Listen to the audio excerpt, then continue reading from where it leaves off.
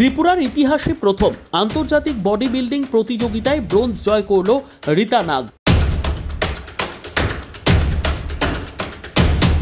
ভুটানে অনুষ্ঠিত 15তম দক্ষিণ Asian body building ও physique sports championship 2025-এ ভারতীয় দলের হয়ে অংশ নিয়ে ত্রিপুরার রীতা নাগ 55 কেজি বিভাগে ব্রোঞ্জ পদক জিতে রাজ্যের ইতিহাসে প্রথম আন্তর্জাতিক বডি বিল্ডিং পদক অর্জন করলেন।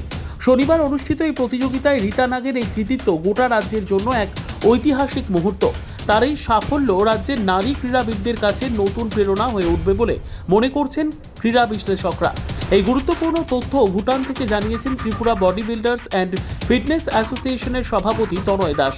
তিনি জানান, রীতার এই জয় ত্রিপুরার বডি বিল্ডিং ইতিহাসে একটি মাইল ফলক হয়ে থাকবে।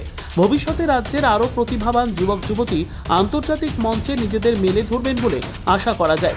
রীতা নাগের এই অসামান্য অর্জনের জন্য ত্রিপুরা রাজ্যের বিভিন্ন স্তর থেকে তাকে শুভেচ্ছা ও অভিনন্দন জানানো হচ্ছে।